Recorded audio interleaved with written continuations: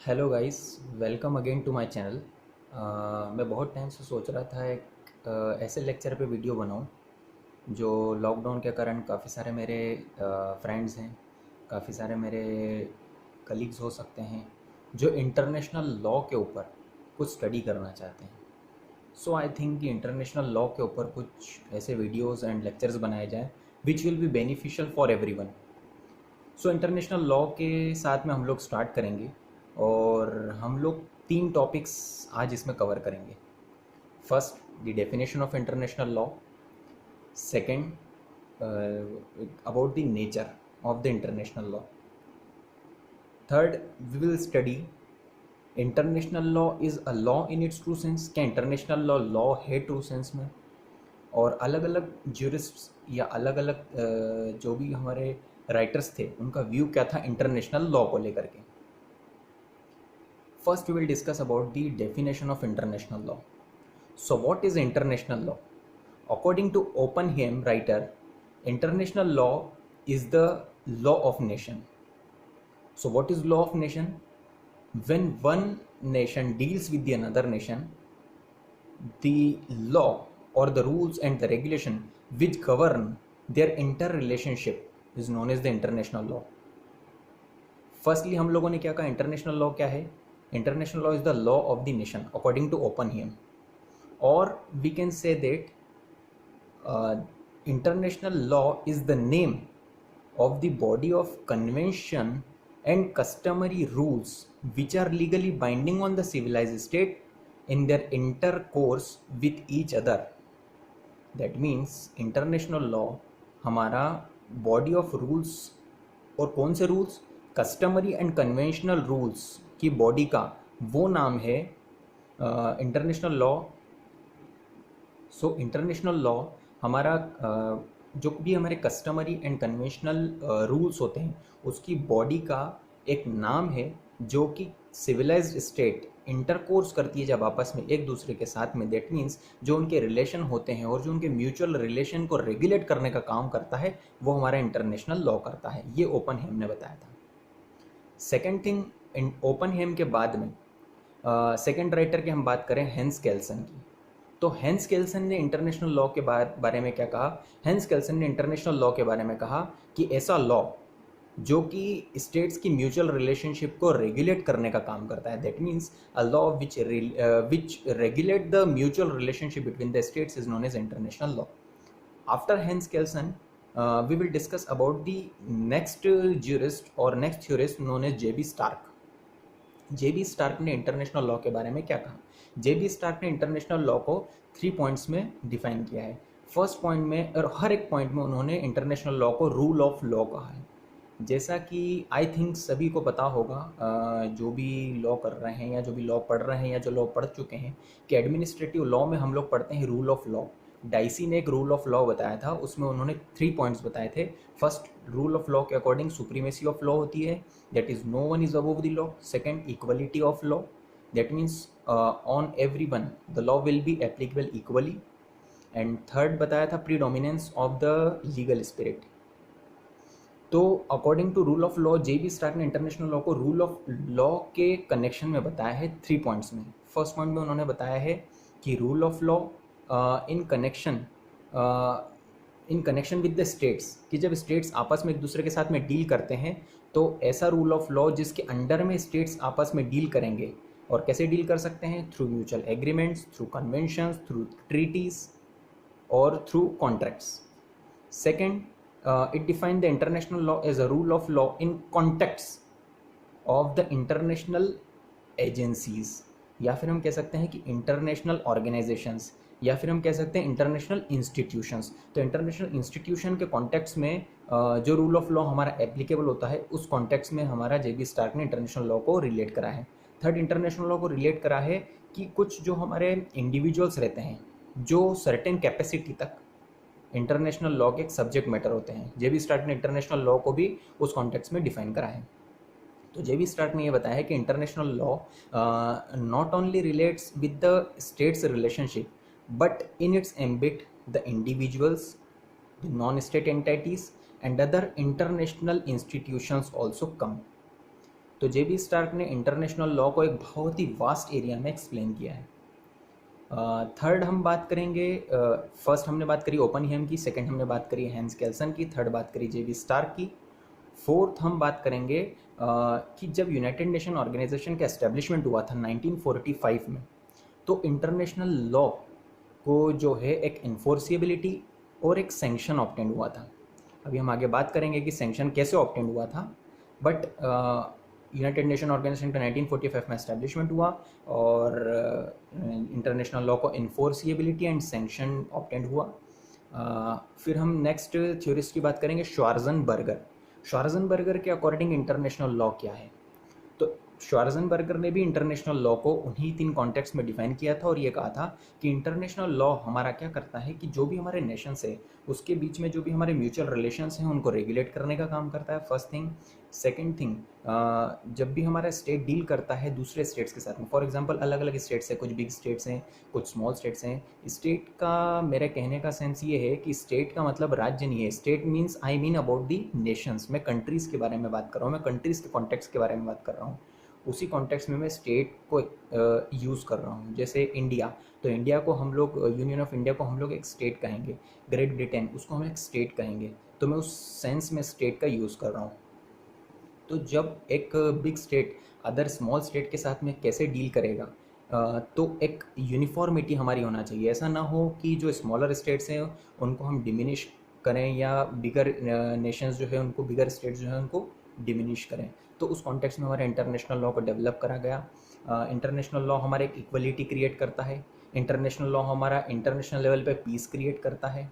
International law जो भी हमारे इंटरनेशनल ट्रीटीज़ या एग्रीमेंट्स होते हैं या कॉन्ट्रैक्ट्स होते हैं उनको गवर्न करने का काम करता है, उनके रूल्स एंड रेगुलेशंस बनाता है। और जैसा कि हम लोगों ने अभी कुछ सेकेंड्स या मिनट्स पहले बात करी थी यूनाइटेड नेशन ऑर्गेनाइजेशन के एस्टेब्लिशमेंट के बारे में, तो यूनाइटेड नेशन ऑर्गेनाइजेशन के एस्टेब्लिशमेंट 1945 में जब हुआ था तो उसमें उन्होंने कुछ सैंक्शंस भी बताए थे। सैंक्शंस किस कॉन्टेक्स्ट में बताए थे?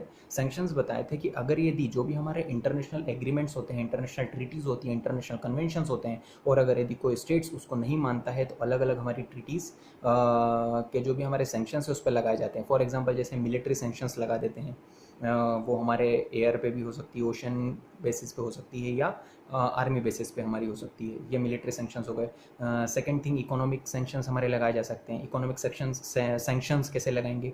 जैसे बॉयकॉट कर देना, ब्लॉकेड कर देना। तीसरा, सोशल सैंक्शन। सोशल सैंक्शन कैसे हम लगाएंगे? जैसे नॉन इन्विटेशन, किसी भी कोई हमारी अगर यदि कन्वेंशंस हो रहे हैं उसमें किसी स्टेट को इनवाइट ना करना, ये एक तरीके के हमारे सोशल सैंक्शंस हम लगा सकते हैं। अब हम बात करते हैं कि क्या इंटरनेशनल लॉ ट्रूली एक लॉ है? क्या इंटरनेशनल लॉ को हम सच में लॉ कह सकते हैं?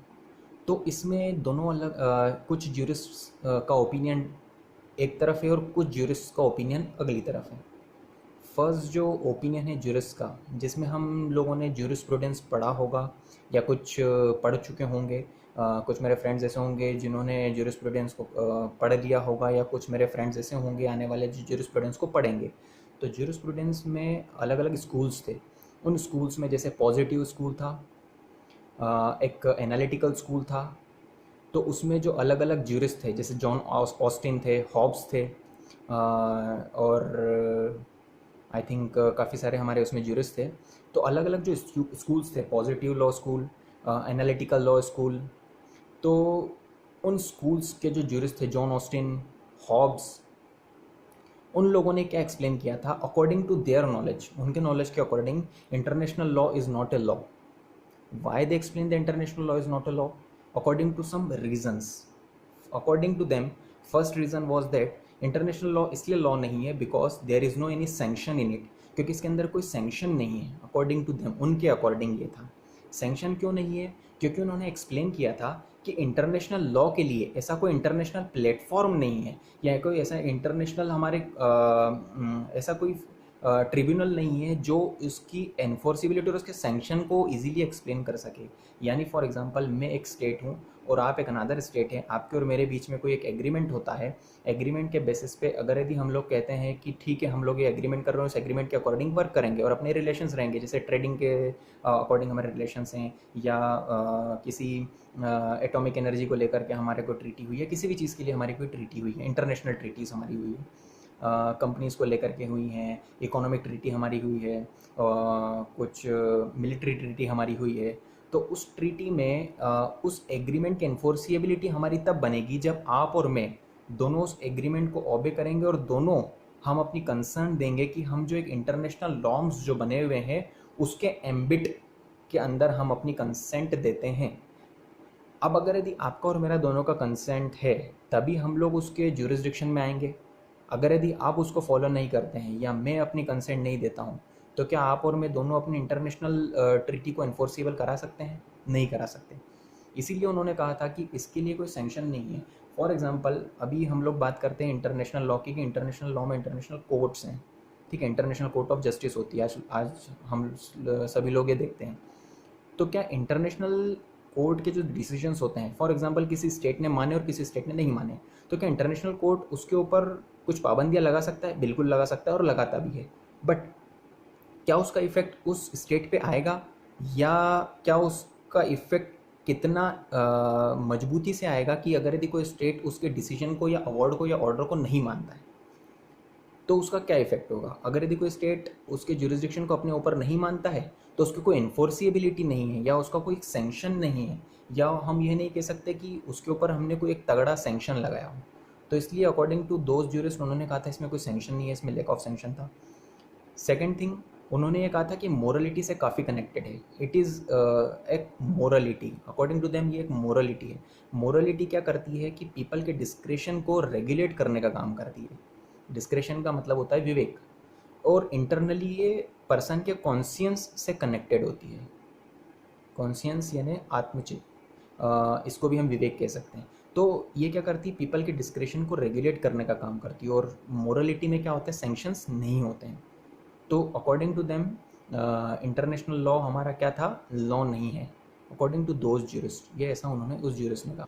एंड बाकी जो 2 पॉइंट्स उन्होंने बताए थे इंटरनेशनल लॉ को लेकर के कि क्यों इंटरनेशनल लॉ हमारा लॉ नहीं है, क्योंकि जैसे हम स्टेट एडमिनिस्ट्रेशन की बात करते हैं तो स्टेट एडमिनिस्ट्रेशन में जो लॉ क्रिएट करते हैं वो पॉलिटिकल पावर्स रहती हैं, जो सेंक्शंस अपॉइंट करते हैं वो पॉलिटिकल पावर्स करती हैं। तो इंटरनेशनल लॉ में से कोई पॉलिटिकल पावर का बैकग्राउंड नहीं है जो इंटरनेशनल लॉ को ड्राफ्ट कर रही हो या डिवाइस कर रही हो। Second thing. थर्ड थिंग, कि जैसे हम लोग को आज हमारे स्टेट में, दैट मीन्स हमारे नेशन में हम लोग जो देख रहे हैं कि हमारा कोई भी लॉ क्रिएट होता है तो वो पार्लियामेंट के थ्रू होता है। पार्लियामेंट्री नेचर है हमारे गवर्नमेंट का, हमने जो अडॉप्ट किया according to our Indian constitution. तो पार्लियामेंट से कोई भी बिल हमारा लाया जाता है, दोनों सदनों में पास होता है, मतलब lower house and upper house, और प्रेसिडेंट की उस पेसेंट होती है, तो वो एक्ट या बिल जो है वो एक्ट के फॉर्म में कन्वर्ट होता है। तो एक हमारा यहाँ लेजिस्लेचर सिस्टम है, लेजिस्लेटिव सिस्टम है। बट इंटरनेशनल लॉ में क्या ऐसा है? इंटरनेशनल लॉ में ऐसा नहीं है। तो according to those jurist international law is not a law, it is purely a morality. But आगे हम लोग बात करते हैं मॉडर्न ज्यूरिस्ट के बारे में। तो मॉडर्न ज्यूरिस्ट का ऐसा मानना है कि इंटरनेशनल लॉ हमारा एक लॉ है, भला ही वो वीक लॉ हो, as it is a weak law but it is a law, it is not a morality. आगे हम इसके बारे में और डिस्कस करते हैं। जैसे हम लोग और दूसरे ज्यूरिस के बारे में बात करते हैं, हम बात करते हैं हॉलैंड के बारे में। तो हॉलैंड ने कहा है कि international law is the vanishing point of jurisprudence, it is very important point of the international law which the Holland said that international law is not a law। और हॉलैंड ने इसको किस कॉन्टेक्स्ट में बताया है? हॉलैंड ने इसको एक वेनिशिंग पॉइंट ऑफ ज्यूरिस्प्रूडेंस कहा है, मतलब उसको उन्होंने टेक्निकलिटी वर्ड में कहा है कि वेनिशिंग पॉइंट ऑफ ज्यूरिस्प्रूडेंस है। इसको हम और आगे डिटेल्ड में समझेंगे।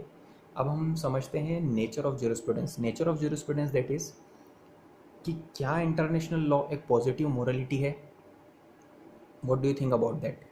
जैसे हम लोग अभी बात करें कि क्या जैसे एनालिटिकल स्कूल या पॉजिटिव स्कूल ऑफ ज्यूरिस्प्रूडेंस के जो हमारे ऑथर थे या जो हमारे राइटर्स थे, जॉन ऑस्टिन हो गए, हॉब्स हो गए, तो क्या ये इम्पेरेटिव स्कूल्स के हमारे हो गए, तो क्या ये एक इंटरनेशनल लॉ हमारा एक पॉजिटिव मोरलिटी है?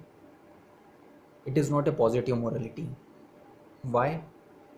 बिकॉज मोरलिटी, जैसा मैंने आपको अभी बताया कि मोरलिटी अपने पीपल के डिस्क्रेशन को, विवेक को रेगुलेट करने का काम करती है और इसमें कोई सैंक्शन नहीं होता है। बट जैसा अभी हम लोग पढ़ रहे हैं और अभी हम लोग समझ रहे हैं कि इंटरनेशनल लॉ की इन्फोर्सिएबिलिटी हमारी किसके थ्रू होती है, इंटरनेशनल कोर्ट ऑफ जस्टिस के थ्रू होती है। और इंटरनेशनल कोर्ट ऑफ जस्टिस या इंटरनेशनल लॉ की इन्फोर्सिबिलिटी कौन कराता है, यूनाइटेड नेशन ऑर्गेनाइजेशन। अगर यदि कोई भी ट्रीटी है उसको एनफोर्स कराना है तो यूनाइटेड नेशन ऑर्गेनाइजेशन की जो सिक्योरिटी काउंसिल होती है उसके लिए rules and regulations and provisions बनाती है, जिसके कारण उसकी एनफोर्सिबिलिटी होती है। और अगर यदि ये मोरलिटी है तो मोरलिटी में एनफोर्सिबिलिटी नहीं होती, first thing.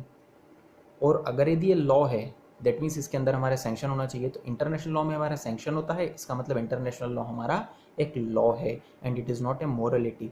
And we used a word positive, right. तो पॉजिटिव का मतलब क्या है, पॉजिटिव का मतलब होता है एक सैंक्शन।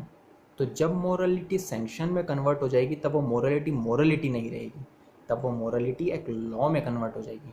तो इंटरनेशनल लॉ को हम पॉजिटिव मोरलिटी बिल्कुल नहीं कह सकते, इंटरनेशनल लॉ को हम लॉ ही कहेंगे। या तो हम उसको मोरलिटी कहें, तो मोरलिटी तो कह ही नहीं सकते क्योंकि उसमें सैंक्शन होता है। और हम जब हम पॉजिटिव मोरलिटी का यूज़ कर रहे हैं तो मोरलिटी के आगे वर्ड पॉजिटिव लग गया है, तो पॉजिटिव का मतलब होता है सैंक्शन, तो मोरलिटी रही नहीं, ऑटोमेटिकली एक लॉ बन गया। सेकेंड थिंग हम बात करते हैं कि हॉलैंड ने डिस्कस किया है कि ज्यूरिस्प्रूडेंस हमारा इंटरनेशनल लॉ हमारा वेनिशिंग पॉइंट है ज्यूरिस्प्रूडेंस का। That means according to Holland international law is not a law, it is a reflection point of the it is the reflection point of the vanishing law. That means law जहाँ पर ख़त्म होता है उसका reflection है हमारा international law. Holland के according भी हमारा जो जॉन ऑस्टिन था, जो हमारे हॉब्स थे, उन्हीं के थिंकिंग से मिलती जुलती थिंकिंग थी। हॉलैंड ने भी हमारा यही कहा था कि इंटरनेशनल लॉ हमारा लॉ नहीं है क्योंकि इसमें हमारा सैंक्शन नहीं है और ये हमारी मोरलिटी से कनेक्टेड है। बट ऐसा कुछ नहीं है, इसमें हमारा सैंक्शंस भी है। अगर यदि हम इसको म्यूनिसिपल कॉरपोरेशन के साथ में देखें तो म्यूनिसिपल कॉरपोरेशन में जैसा होता है कि हमारे जो भी हमारे स्टेट का लेजिस्लेचर होता है या जो भी हमारा स्टेट एडमिनिस्ट्रेशन होता है उसके लिए हमारा लेजिस्लेट करता है और उसको इफ़ेक्टिव बनाता है, उसकी इन्फोर्सिबिलिटी भी करता है। तो एक सेंट्रलाइज्ड पावर हमारी रहती है म्यूनिसिपल कॉरपोरेशन के बारे में हम देखें तो। ऐसा इंटरनेशनल लॉ में हम देखें तो इंटरनेशनल लॉ में हमारे को एक सेंट्रलाइज्ड पावर नहीं है, उसमें हमारा क्या होता है, डिसेंट्रलाइजेशन होता है। अलग अलग स्टेट्स अलग अलग ट्रीटीज़ में हमारा एंटर करती है और अपनी कंसेंट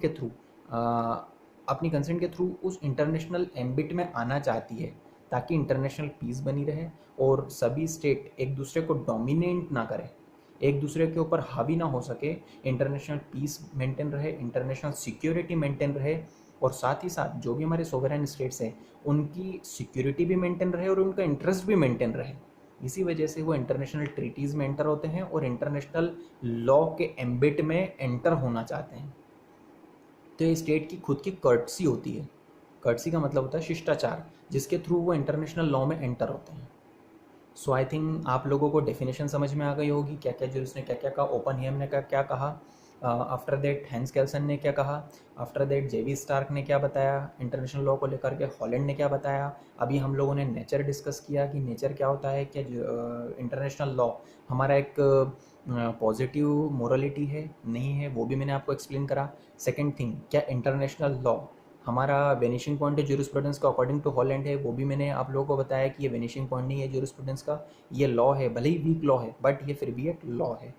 तो आज हम लोगों ने डेफिनेशन और नेचर को कवर किया है। आने वाले लेक्चर्स में हम लोग इसका बेसिक क्या है इंटरनेशनल लॉ के, एंड सेकेंड थिंग सोर्सेज क्या है इंटरनेशनल लॉ के, वो हम लोग कवर करेंगे। और तब तक के लेक्चर्स के लिए if you have any doubt, if you have any recommendation, अगर यदि आप कुछ मुझे करना चाहते हैं, कुछ क्वेश्चंस पूछना चाहते हैं, then you are free to comment on my channel. And thank you so much, please like and share it more and more. Thank you.